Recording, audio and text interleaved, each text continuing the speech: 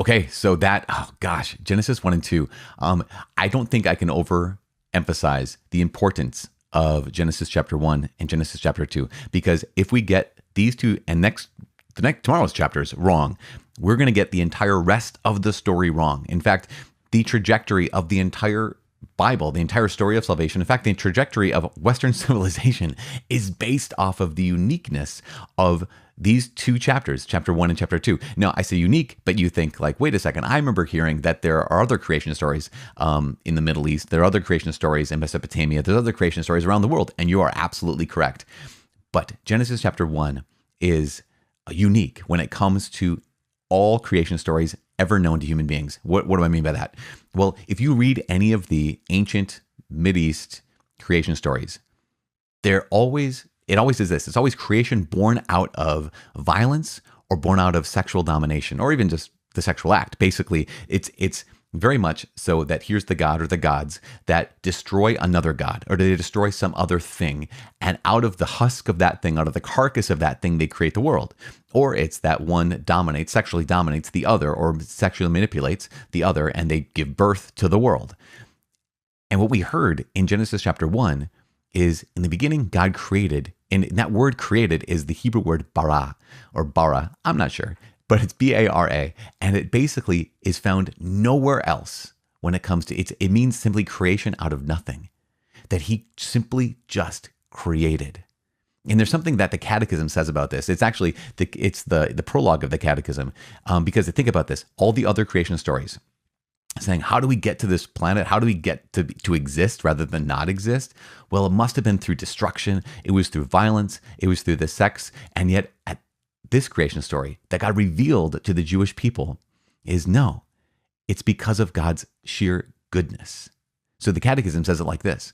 It says, God, infinitely perfect and blessed in himself, in a plan of sheer goodness, freely created man to make him share in his own blessed life. And that's just one sentence. It's like virtually the first sentence of the entire Catechism. That God, infinitely perfect and blessed in himself, he wasn't lonely. He wasn't wondering what to do with his time. In fact, those other creation stories, those other creation myths, what happens is there's the god or the gods, and they create human beings to be slaves because the gods don't want to work. Work is beneath them. And so they create human beings either to be their slaves or to toy with, to simply be entertainment for them. And what does the Catechism assert? Well, it asserts what the Bible asserts, which is God is infinitely perfect and blessed in himself. He wasn't lonely. He didn't need someone to do work for him. In a plan of sheer goodness, he freely created man, human beings, to make him share in his own blessed life. He didn't create us to be his entertainment. He didn't create us to be his pawns. He didn't create us to be his slaves. In fact, no other place. I mean, think about how amazing this is in Genesis chapter 1, that it says that in God's image and likeness, he created us. Male and female, he created us. In his image and likeness. Do you know that there is literally no other religion, no other worldview that believes that all human beings are created in God's image and likeness, except for the Judeo-Christian worldview? Like, this is where that comes from. This is where the idea of human beings having dignity, this is where its source is. And that's why you cannot overemphasize the importance of Genesis 1 and Genesis chapter 2, because it establishes, where do human beings get their dignity? They don't get it from their strength. They don't get it from their own power or beauty or wisdom. We don't get it from government. We don't get it from any other source other than the fact that every human being is made in God's image and likeness, that both male and female are made in God's image and likeness. It is remarkable, and that we're created not to be his servants, but to participate, as it says in the Catechism, to share in his own blessed life. In fact, as I mentioned, in the other creation stories, the other creation myths, the gods create human beings, again, for entertainment, for sport, or for work, to be their slaves. And yet, what do we see in this first creation story? We see God working. God is a creator. And so when he puts man and woman in the garden, what does he have them do? He creates them for three purposes, at least three purposes.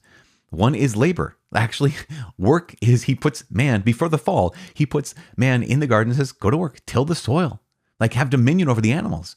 He says, part of what makes you like me is the fact that you can labor like me. Now, obviously, we're going to hear this later on, is that work gets distorted, work gets fallen because of the sin that's come into the world.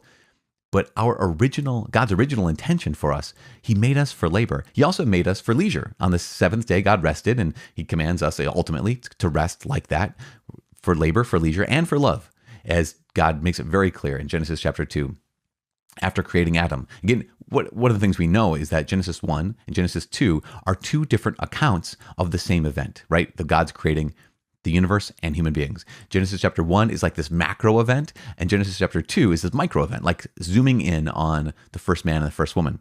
One of the things we recognize also, the macro event in Genesis chapter 1, is that it doesn't have to be taken literally or historically and literally. It did happen, but it is created and told in such a way that it is so deeply and profoundly poetic and revealing. So, for example, we have the days of creation, 6 days of creation. And we are not meant to take it literally. And we know this. Why? Because on day 1, God says, let there be light. And he separated the light from the darkness, and the light he called day, and the darkness he called night. But on day 4, God finally makes the sun and the stars and the moon. And so we realize that, wait a second, there wouldn't be day and night unless there was sun and stars and moon, unless there was a purpose for how the sacred author laid this out. So the first 3 days, there's light and darkness. Second days, there's water and sky. The third day, there is the separation between the water and the land. Well, then on day 4, you have the lights of the dome of the sky. You have the sun and stars and moon. On day 5, you have the flying things and things in the sea. And day 6, you have all the things on the land, including human beings. What the author is pointing out is, okay, day 1 is light, and day 3 is the what rules the light and darkness. Day 2 is the water and the sky, and day 5 is what rules the water and the sky, the flying things and the swimming things. Day 3 is what's on land, as the land's made, and day 6 is what rules the land. It's not only the wild beasts, but the humanity, male and female, that has dominion, has been given dominion over all that's on the land. And so you see that this is not meant to be taken literally, but meant to be taken truthfully and poetically. As I said, the macro perspective of Genesis 1 also meets the micro perspective of Genesis 2. That God made human beings for labor, for leisure, and then in Genesis 2 we see for love. As God says, it's not good for the man to be alone. I'll make it a suitable helpmate for him. And just recognizing how deeply profound this is. The term helpmate that God uses is the term ezer kenegdo. And it does not mean that the woman is lower, just a helpmate, that sense of give me a sandwich, kind of that joke that's floating around there. But it means something more profound. In fact, I believe something like this, that the term ezer, or the helper, is used 21 times in the Old Testament, and 19 of those times it's used in reference to God, that God is my helper. And so when God creates Eve, he's not creating someone who's substandard or beneath Adam. In fact, I've shared this poem before many, many times, but at one point, when I was growing up, we had an Atari, the gaming system, and I had older siblings, so I never got to play the Atari. I just got to watch them play the Atari. But next to the TV that they had the Atari hooked up to was a plaque that my mom had just put there. And the plaque had these words. It said, when God took Eve from Adam, he did not take her from his head to lord it over him, nor from his foot to be walked upon by him. He took her from his side to walk with him, from beneath his arm to be guarded by him, and from near his heart to be loved by him. And it's so powerful, right?